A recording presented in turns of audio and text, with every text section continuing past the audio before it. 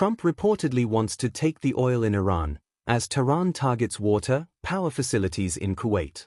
U.S. President Donald Trump said he could take the oil in Iran and seize Iran's export hub of Kharg Island, as hostilities in the Middle East continue for a fifth week. Trump told the Financial Times on Sunday that his preference would be to take the oil, comparing it to the U.S. military operation in Venezuela earlier this year, where the U.S. effectively gained control of the Latin American country's oil industry, following the capture of its leader Nicolas Maduro. The Trump administration has weighed sending ground forces to the Kharg Island, according to Reuters, with one of its sources warning that such an operation would be very risky. Tehran has the ability to reach the island with missiles and drones. In the Foot interview, Trump said that "My favorite thing is to take the oil in Iran, but some stupid people back in the US say, 'Why are you doing that?' But they're stupid people. Maybe we take Kharg Island, maybe we don't. We have a lot of options," Trump said. It would also mean we had to be there, in Kharg Island, for a while.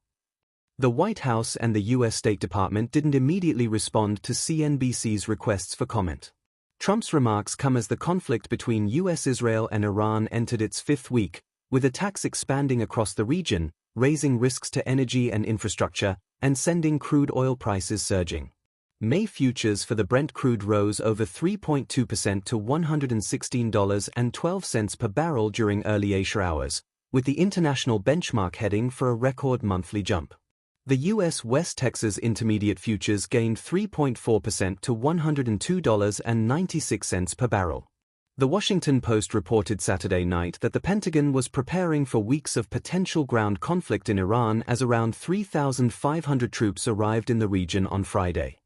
Thousands of soldiers from the 82nd Airborne Division have also been ordered to support the war effort.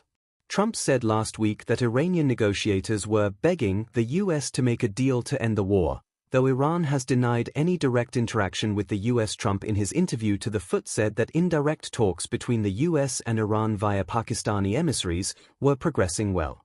He told reporters on board Air Force One on the way to the Joint Base Andrews on Sunday evening that Tehran allowed 20 boats laden with oil to go through the Strait of Hormuz out of a sign of respect. Asked about possible ground troop deployment, Trump said there were lots of alternatives, adding that the U.S. military's achievements against Iran so far were akin to truly regime change.